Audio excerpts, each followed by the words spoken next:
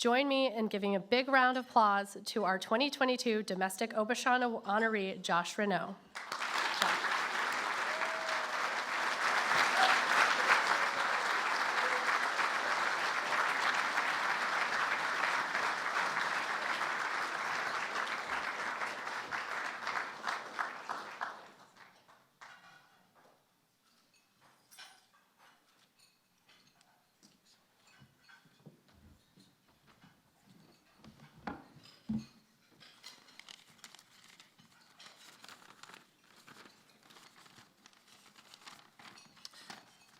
Thank you so much to the National Press Club for this honor, and thank you so much for spotlighting my work and the governor's reaction to it.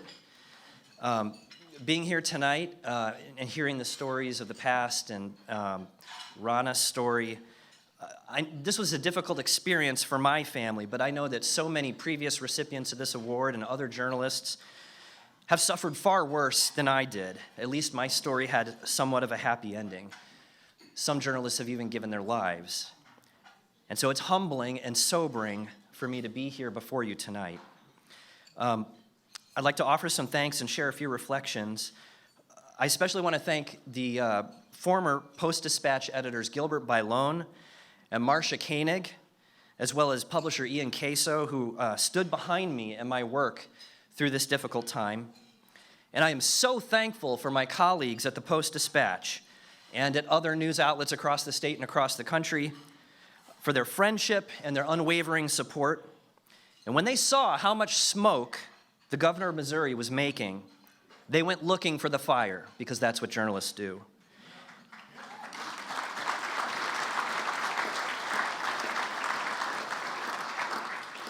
And so I'm thankful for their dogged reporting in response to this attack on press freedom.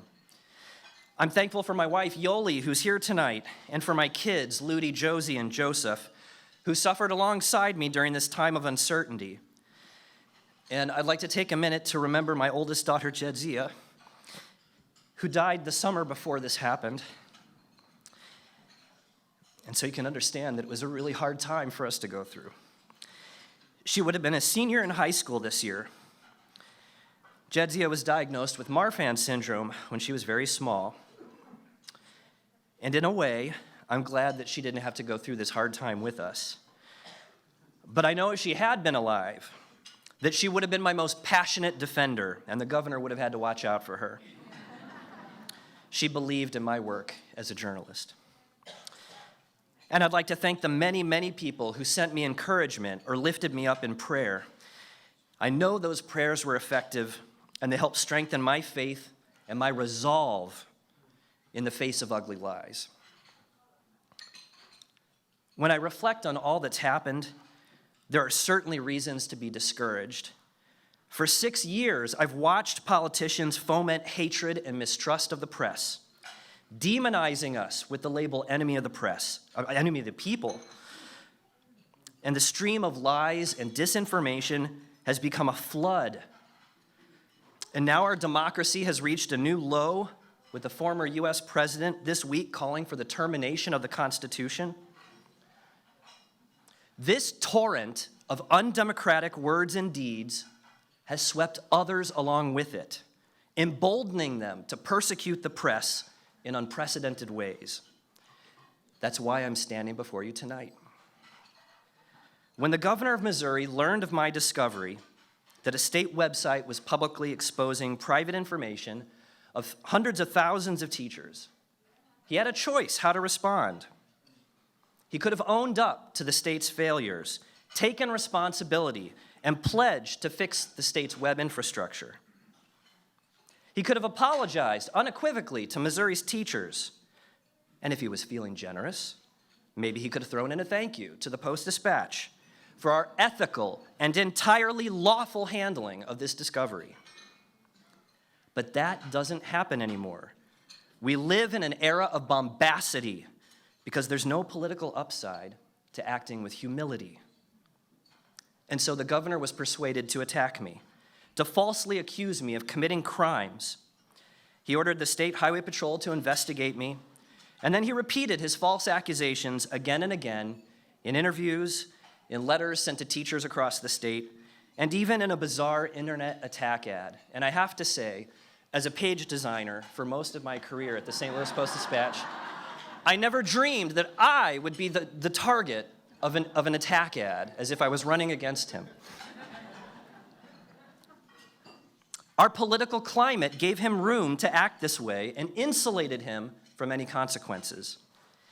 In fact, Missourians learned recently that the governor is rewarding the deputy counsel who advised him to attack me. He's promoting him to attorney general.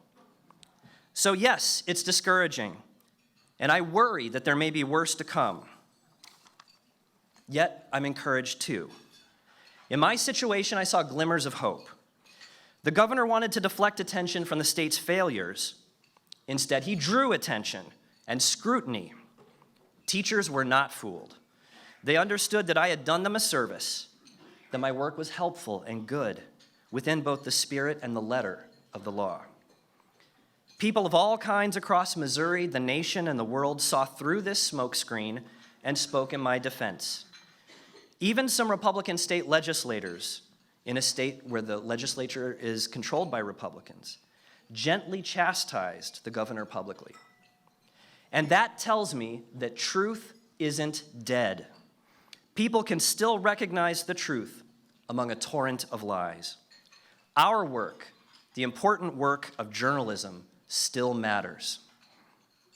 6 years ago, I never would have dreamed I would one day get caught up in all this.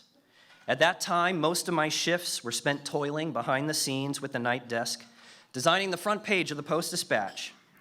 It was highly visible work, seen by thousands of people each day, and yet it was anonymous.